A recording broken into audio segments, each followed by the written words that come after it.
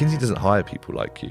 So when I started the second business, the consulting firm, I knew that whenever you go on a startup journey, you have to work hard and you have to make sacrifices. And I realized at that point that if I didn't start to think about my health and wellness, and that I wouldn't be able to sustain the volume of work. Until is a business that helps the people that help you. We exist to unlock the potential of the health and wellness practitioner community.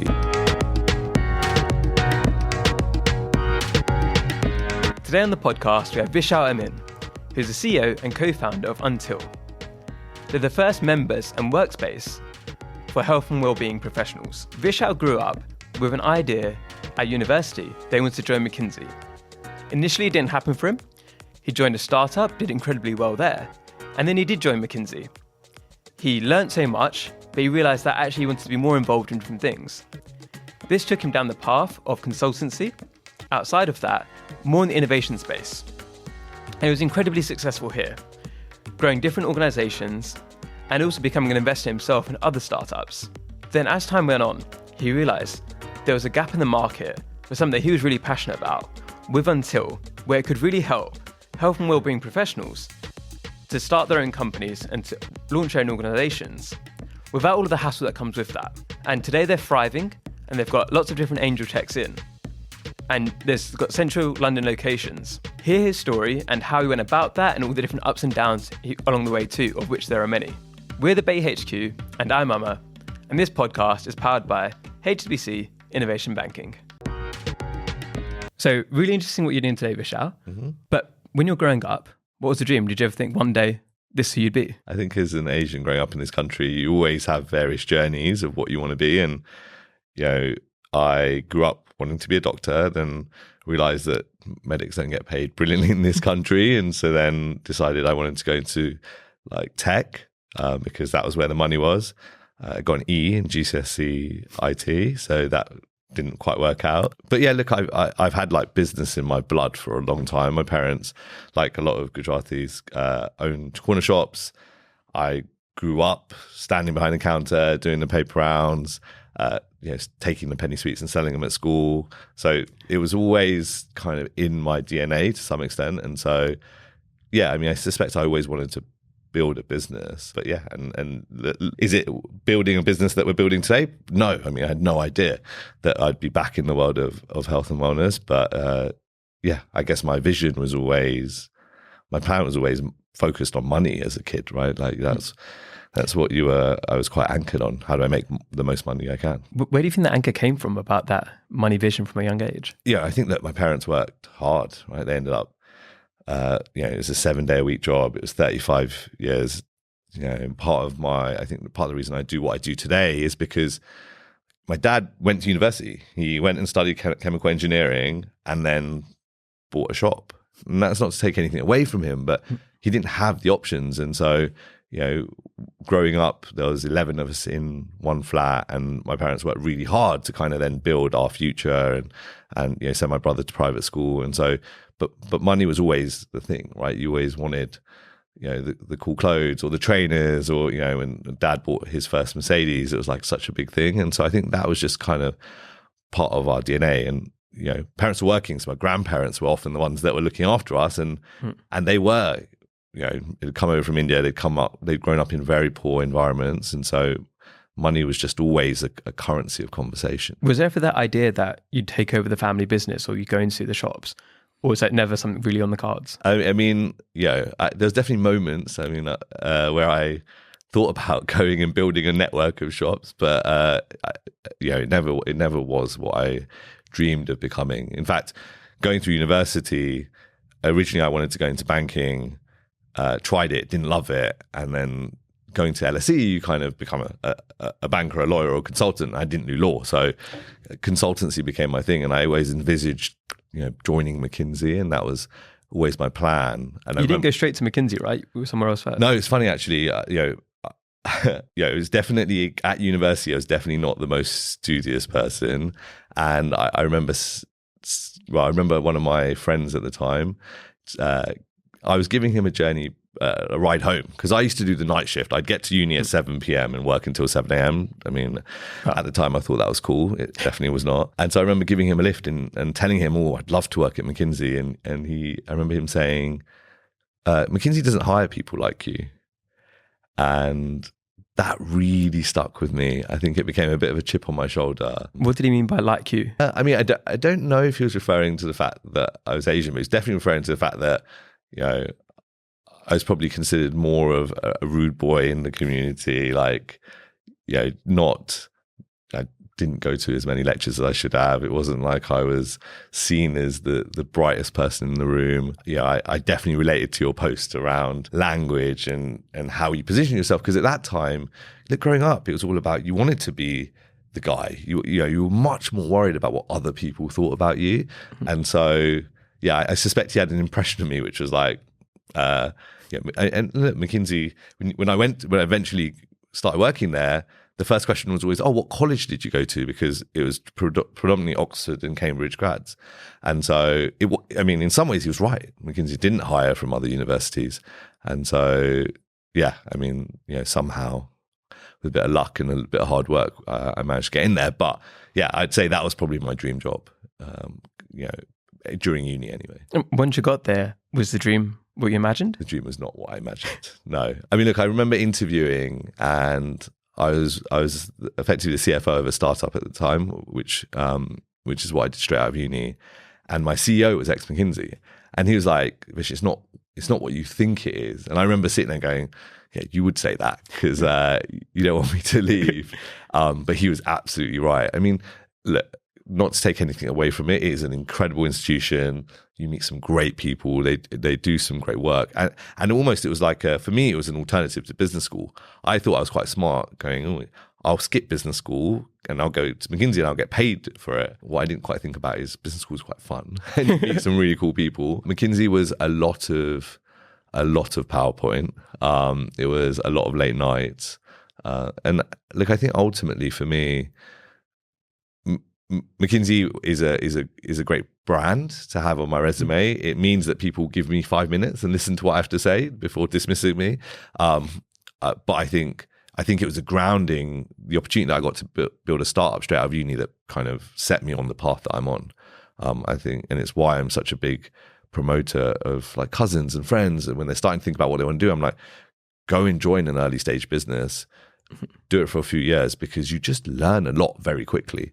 And I think being at McKinsey was interesting because you're surrounded by MBAs who are whippet smart, but there's a difference between being super smart and then having the practical experience of what it takes to run a business. So, what do you think you learned from that practical experience in those early days that maybe that people at McKinsey didn't learn and didn't know? The reality is you can sit there and you can analyze a problem, and if you're as smart as the people were there, you could come up with a solution. But the problem is not the solution. The solution is the easy bit. It's implementing it. It's really going, how do I make this happen? Because people have to make that happen, and people are not robots, and they don't do what you think they're going to do. And so I think that was, for me, the kind of difference was going, sure, I can write a fantastic deck, I can do some numbers, and I can make out like this is a great idea. But actually, the work comes in doing it. The work comes in then going, okay, how do I get Sally, who sits on the counter in a retail store, to actually engage with the customer in a different way? Because Sally's got 50 other things in her head. She doesn't care about what you're trying to tell her in training. That's the difference. And I think when you're in the startup world, you have to make stuff happen. You can have all the great answers and all the great solutions, but the reality is when you're on the front line and you're making stuff happen. So yeah, I see that a lot with people who are in the corporate world and want to advise startups or quit their jobs to become startup advisors. But it's just like I said, it's a very different reality, because in a corporate you've got teams who do stuff for you, teams who've got a hierarchy, whereas in a startup you're hiring somebody new. Yep. You've got to make them believe in your project. There's so much more work that goes into that. 100%. And each individual employee can have such a dramatic impact on the business. Whereas at McKinsey, as one of 10,000, 20,000, how many consultants there are, if you have a bad day, it doesn't really matter to the overall business. Sure. And what then made you leave McKinsey? So you had that dream job. Obviously, it wasn't quite what you imagined. I just wasn't loving it. Right? I was feeling like my learning had slowed down. I remember at the time I wanted to do more private equity work, and the partner who ran that practice had just left and gone to a competitor. And I was being encouraged to do, funnily, actually more people and culture work, and I just didn't enjoy it. I remember doing a big project with a big British telco business, and I just lost the love for what I was doing, and I wanted my next challenge. And was fortunate to come across another consulting firm, which was like the opposite end of the spectrum. McKinsey was an organization where I wore jeans to the office, and an email went round to the whole entire London office about whether jeans were appropriate attire. Whereas on the first day of this agency that I joined called What If, I walked in and there was a guy and girl swapping clothes in the main client area. I mean, it was so different. But those were like, I went there because I felt like I'd got commercial ops, finance knowledge. I was like, let me go learn marketing, and then I don't need anyone, right? That classic, I can then go and build whatever business I want.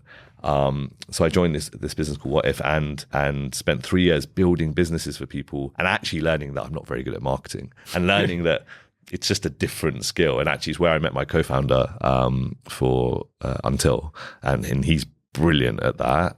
And I just realized it's a different brain. It's a very different brain.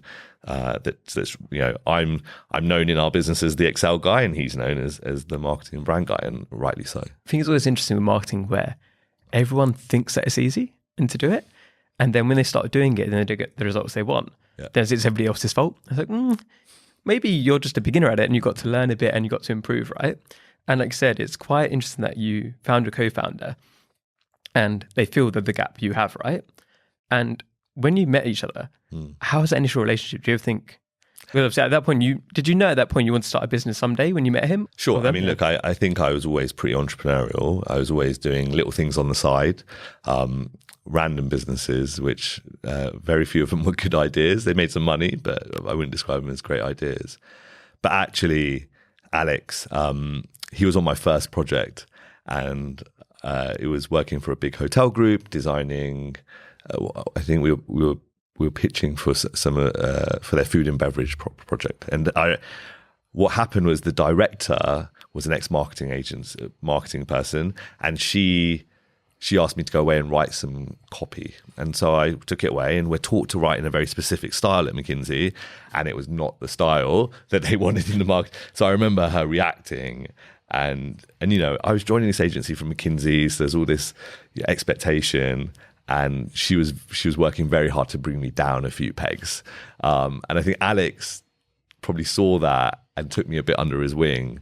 And look, we were, and that's where we started working together. I mean, 10 years ago, 11 years ago. And I think if it hadn't been that director on my case, he probably would have shied away from me because we're so different.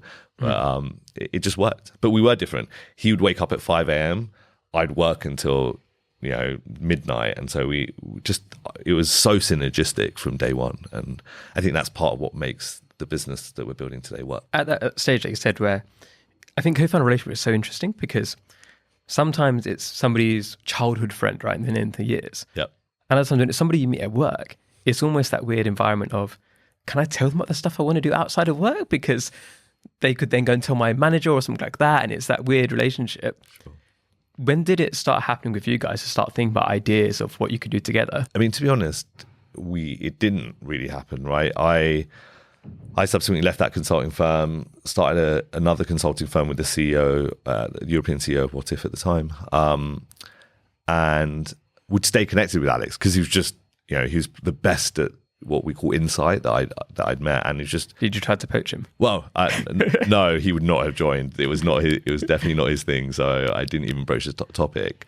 But what I would do is anytime I was working with startups, I was investing in startups, and anytime I'd have a need or they'd have a need to do some real proper insight work, I'd go, oh look, why don't you talk to Alex? And he was living the good life. He moved to France and bought a castle in Bordeaux, and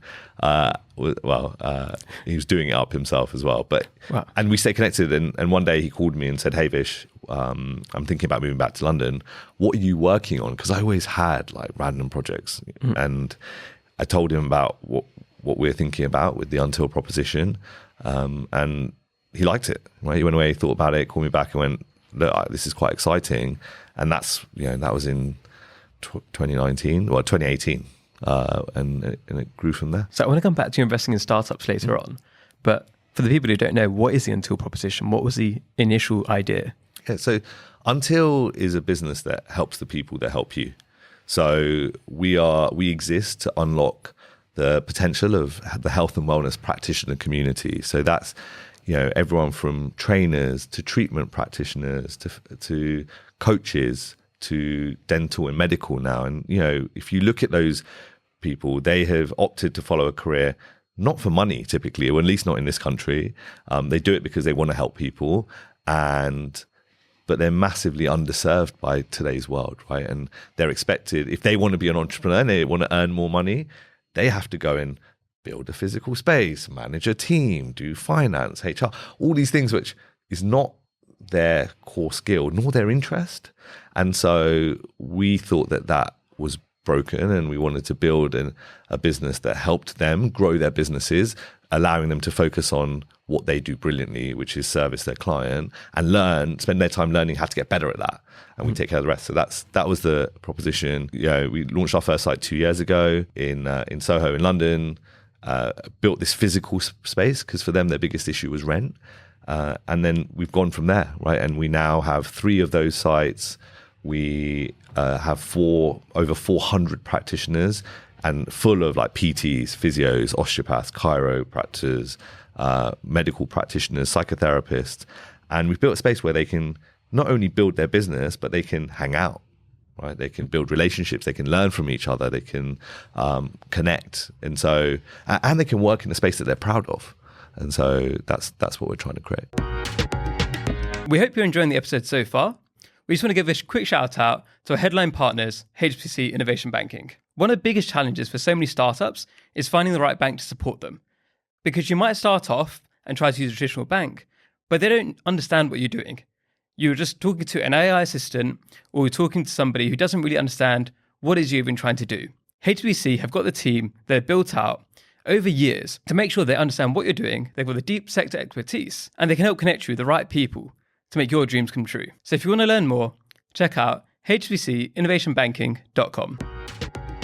What was it? Because obviously with your background, what was it that made you really care about that problem? Like, where did your passion for this issue come from? So when I started the second business, the consulting firm, I knew that whenever you go on a startup journey, you have to work hard and you have to make sacrifices.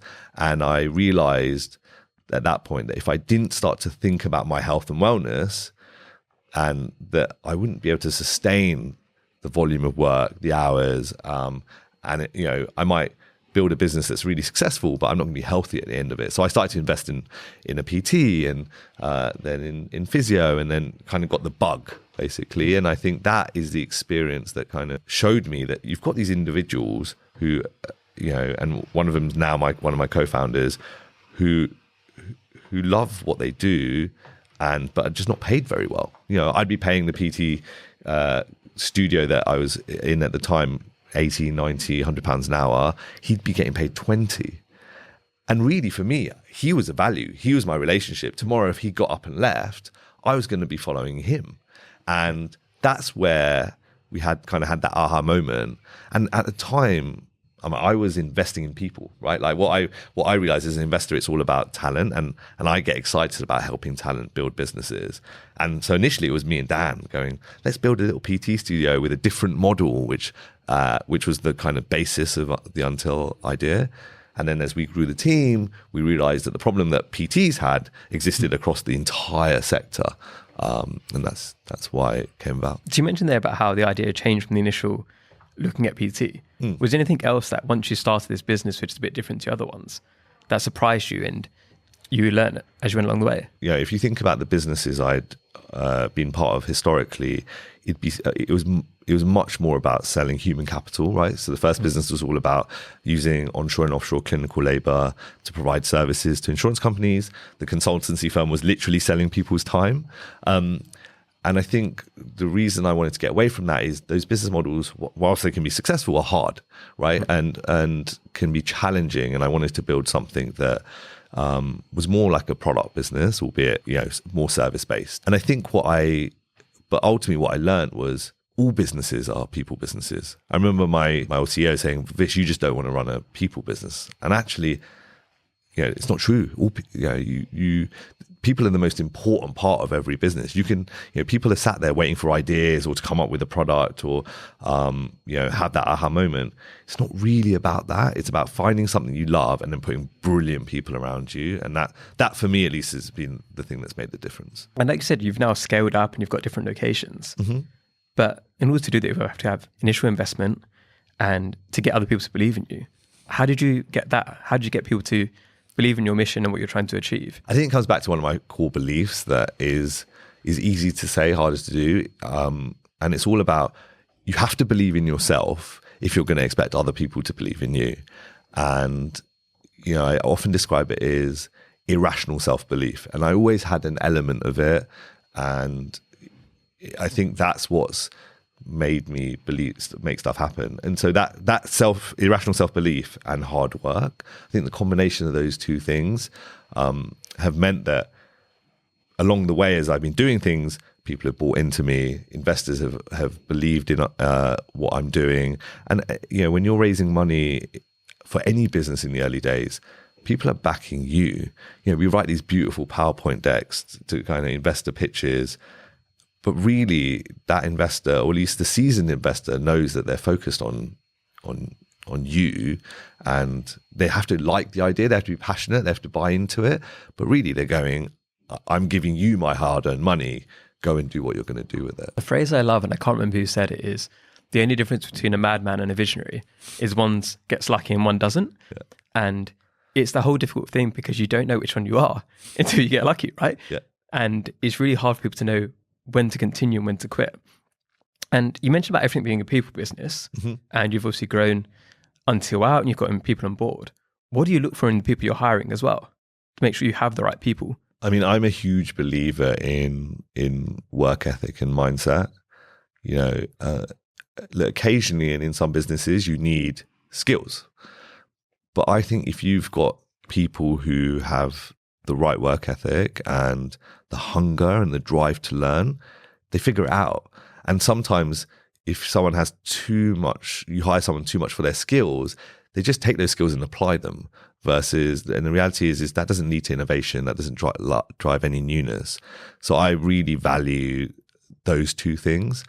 And then I guess the other thing for me is around purpose. And look, I think purpose has become a bit misused. I think sometimes people are going, I need to find my purpose. But I think having a sense of what gets them out of bed is important. And making sure that the business or the role or the business that you're building is somewhat aligned with that. Because if it's not, it becomes really hard. It becomes really hard for them to deliver their value, to be at their best, because they're not excited by what they're doing.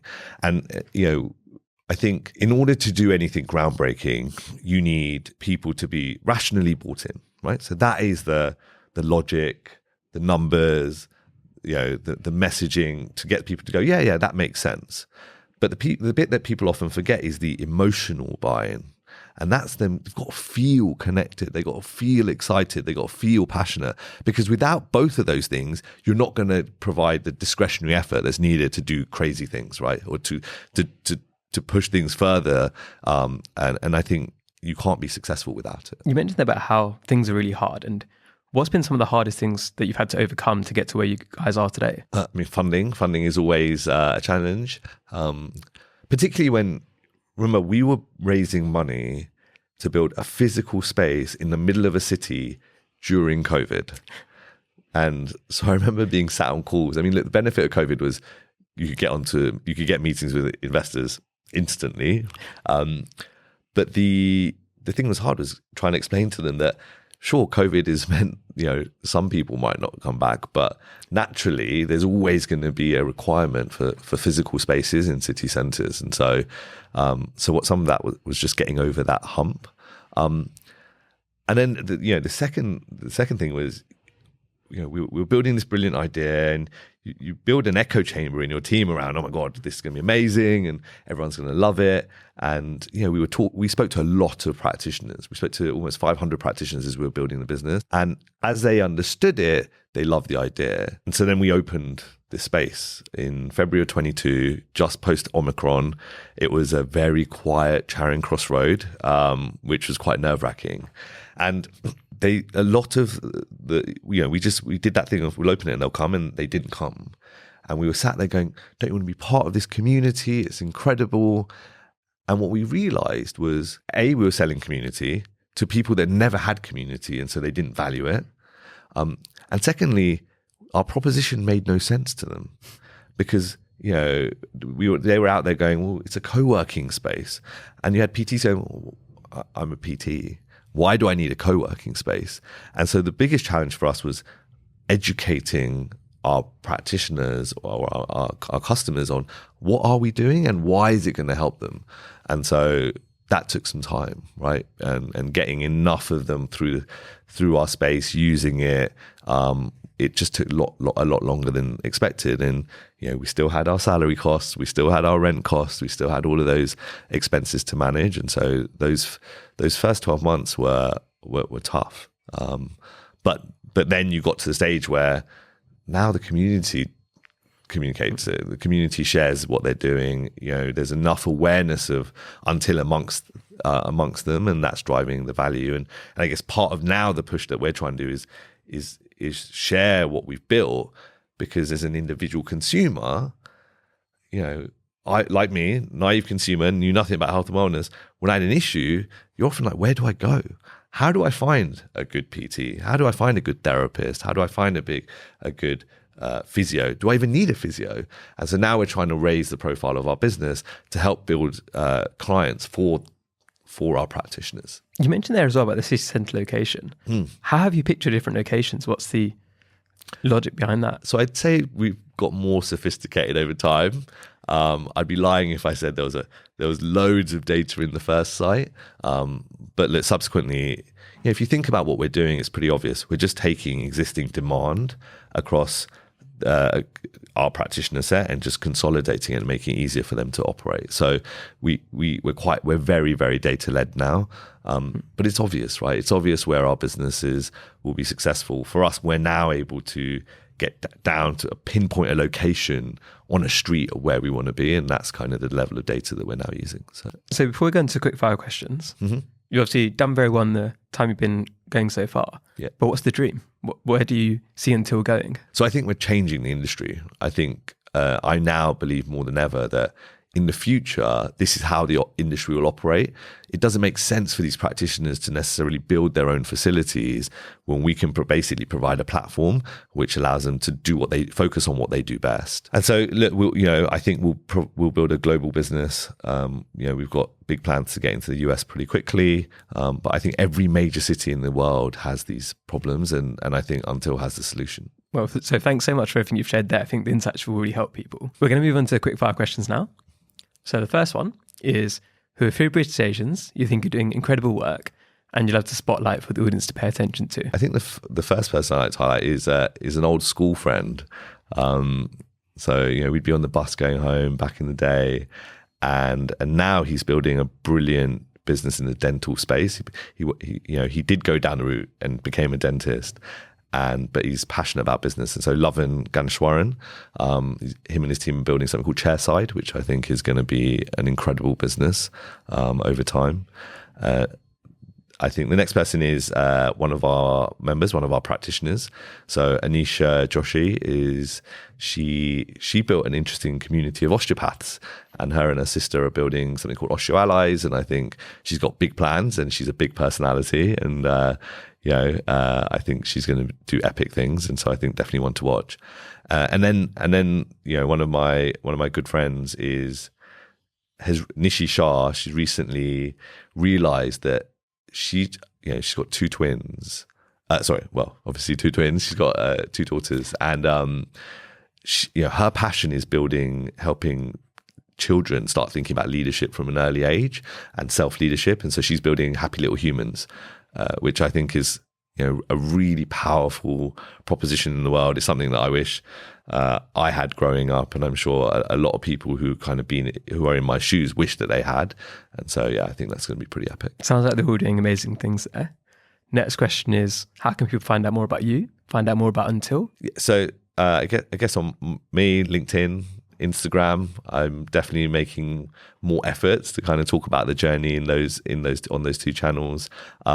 On Until, again, Instagram account, feel free to reach out to me on LinkedIn if you want to know more. Also, Seema, who leads our membership team, she can also connect with you. And is there anything that you need help with right now that the audience could reach out to you to help you with? I mean, just spread the word. If you're a practitioner and you're wanting to grow your business and you think Until might be the right space to do it, get in touch. Or if you're a consumer and you've been looking for a dentist, or you've been looking for a health and wellness practitioner, you've not been able to find one, reach out and we'll find you one of our brilliant community. So thanks so much for coming on today. Have you got any final words for the audience? No, I mean, I guess for you, Emma, and the audience, I think it's an exciting proposition to be bringing together this community. I think there's tons of talent. And yeah, I mean, thank you for having me. Thank you for watching. Don't forget to subscribe. See you next time.